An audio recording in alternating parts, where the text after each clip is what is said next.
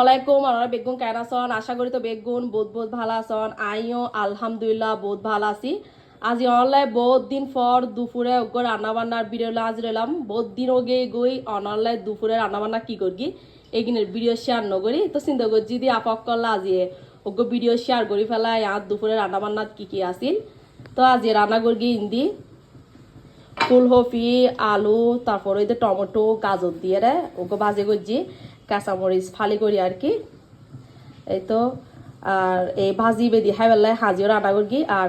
এই ভাজি দিয়ে হাজি হাইবের কিন্তু মজাই আলাদা বিশেষ করে শীতকালে আর কি শীতকালে তো হাজি এত বেশি মজা লাগে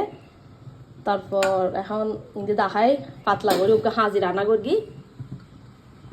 এই হাজি কিন্তু বহুত বেশি মজা অলরেডি আর ফেজুনেজি রেসিপি আপলোড করা আছে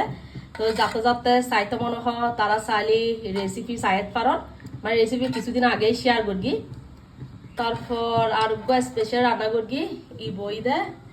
গরুর হলজে ফেসকা বোনা এই যে গরম গরম পাপুরের মাত্রই রান্না করি তো এটার লাই মাত্রই চুলতুন এখন রান্নায় গিল নামায় তো এই হলজে ফেসকাবে বহুত বেশি মজা হয় ইবে মটর দিলে আরো বেশি ভালো লাগে আজ এই ঘরত মটর নোয়াছিল এতলা দিন না পারি মানে মটর দিলে দেখতেও সুন্দর লাগে খাইতেও মজা লাগে